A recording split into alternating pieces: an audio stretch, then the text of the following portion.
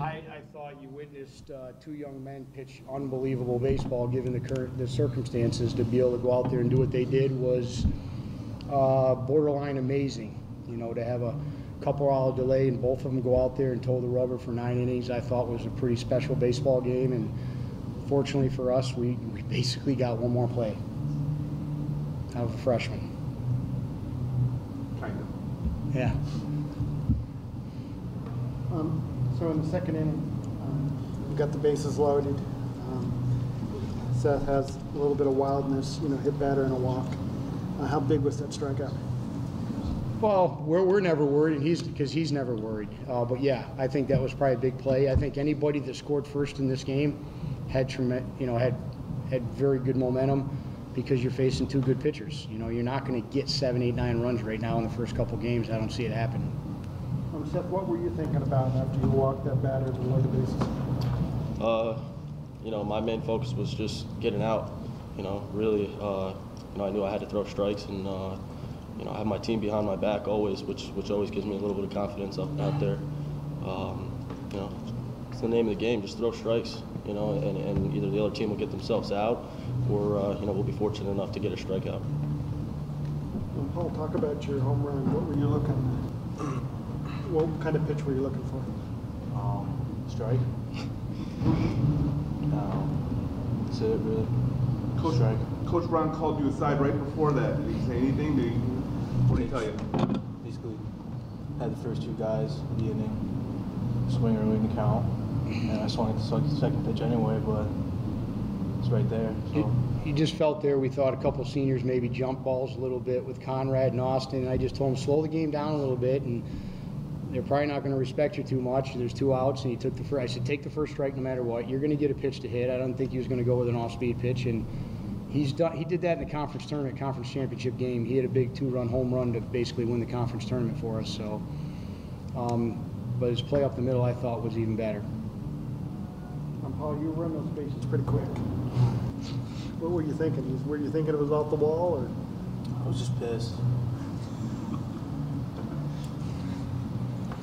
Man of many words here. Seth, talk about the rain delay and what do you do during that situation? It could be an hour or two. Do you do anything differently, and how did you feel coming off of it? My main focus was staying mentally into the game. We came in here, we threw a little bit, loosened up, and then Pat Dede, our trainer, he helped me out a lot, stretched me and all that. But the main thing is just staying focused and what your job is, from the start. And it's respect for the game, honestly. And I respect the other pitcher as well. It's tough to do. I mean, I didn't know it could have went 2 ways right there at the end of the rain delay. So, just mentally prepared. I mean, that's the biggest thing I focused on. If the delay had gone longer, do you think that would have affected whether you came back out the pitch? It's really hard to say. Obviously because it didn't, but.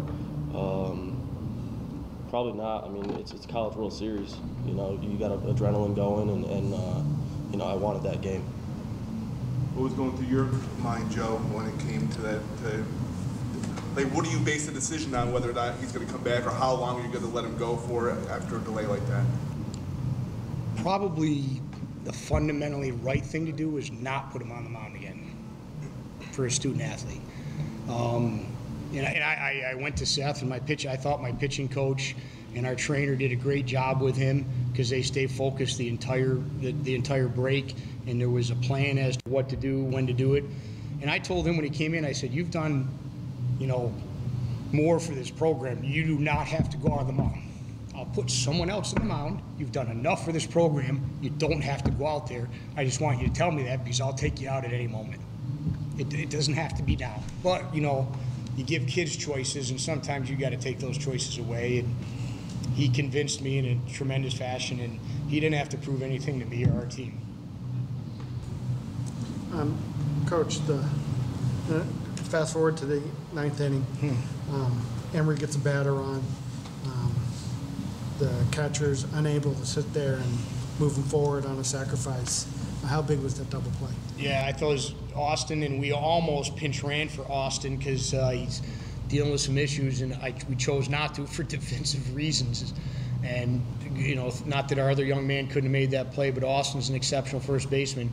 You know, I thought Seth's job today, holding their running game, was paramount because they're an exceptionally good running team, and they didn't give him any good looks, and you knew that they wanted to run there late, and I thought he did a good job. I thought our catcher and our pitcher and our pitching coach did a great job today.